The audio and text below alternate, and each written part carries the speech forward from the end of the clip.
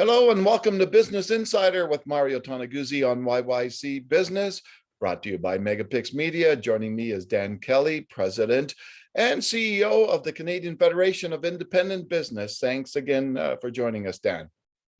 Good to be with you. Let's talk about government support programs.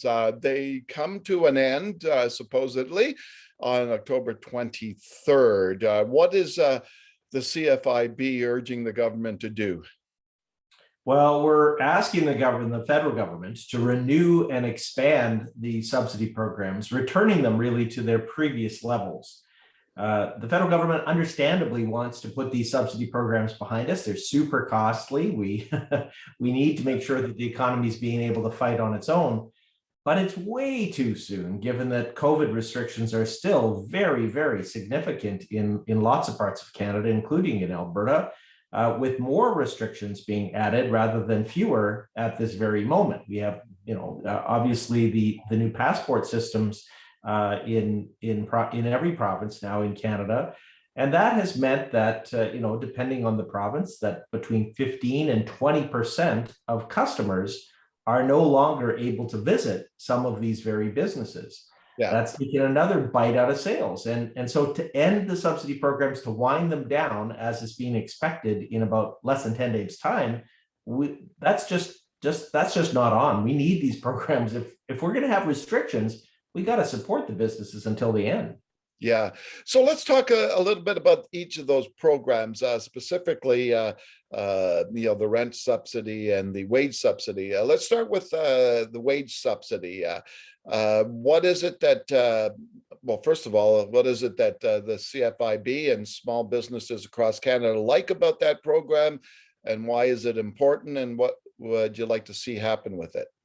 Yeah, the wage subsidy has been the biggest of the government support programs. It has delivered tons and tons of support to businesses, but certainly not replacing all of the lost income that the businesses have. It's based on a sliding scale right now. And I guess this is one of the messages we've given to Minister Freeland is, I understand that the government wants to phase out these programs, but they already phase themselves out as businesses return back to normal. So a firm that has seen their sales rebound back to normal levels, pre-pandemic levels, they get no money out of the wage subsidy, no money out of the rent subsidy either.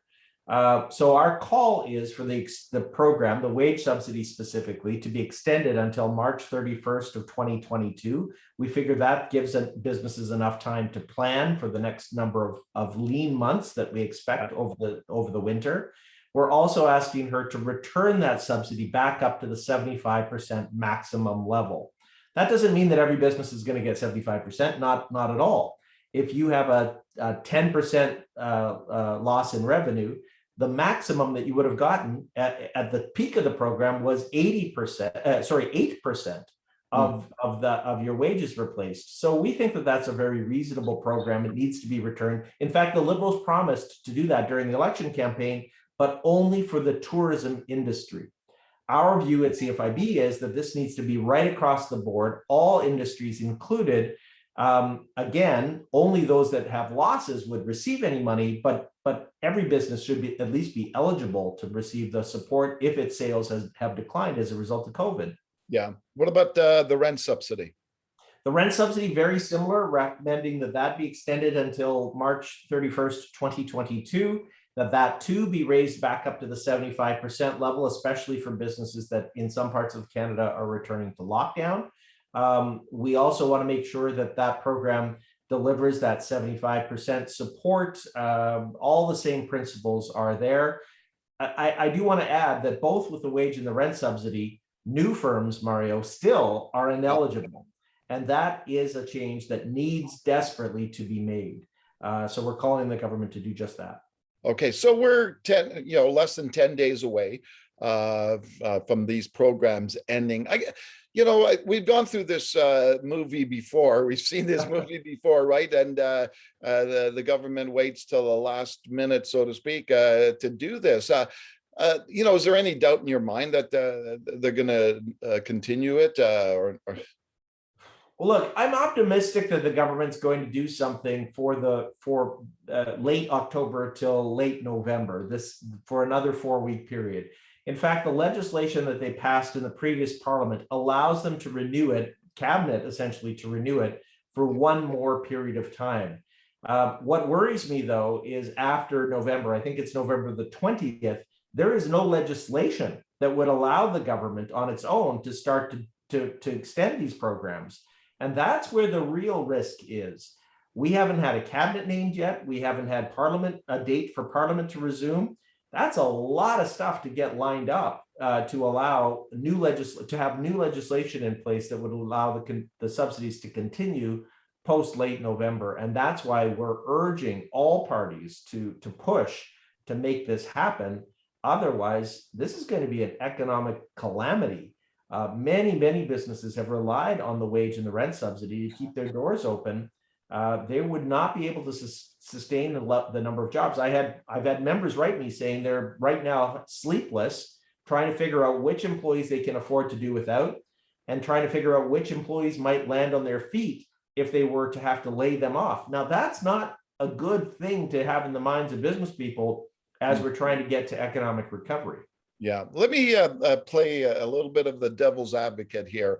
And, a lot of people saying you can't keep throwing money out there. They can't keep this going. So how long can how long can this country afford to support, I guess, businesses out there with these types of programs?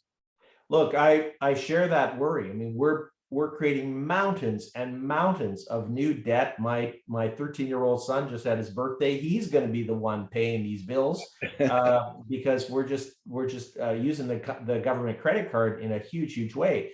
But I guess I question. I mean, if we don't do this, what is the economic future going to look like for our country? What are jobs going to look like if we don't keep these businesses going at the moment? Yes, we're dealing with a shortage of labor right now. It's a pretty gripping one, but I can tell you many businesses would just not be able to hang on. Our view is that the wage and the rent subsidy and the CEBA loan program should be reopened, provincial supports reissued until all of the COVID restrictions are lifted. That means that the border is open to in both directions, including for unvaccinated people. That means that we have the passport systems behind us. That means that we have all lockdowns and other capacity restrictions lifted. When we get to that, then the government can start to wean off the subsidies. But we're not there. We're adding restrictions, and I guess I would never have dreamed that 19 months later, we would be adding new COVID restrictions across Canada rather than reducing them. It's really depressing. Yeah. Okay. Well, thanks, Dan, for joining us today. Anytime, Mario. All right. That's Dan Kelly, President and CEO of the Canadian Federation of Independent Business. This has been Business Insider with Mario Toneguzzi on YYC Business, brought to you by MegaPixx Media. Thanks for joining us.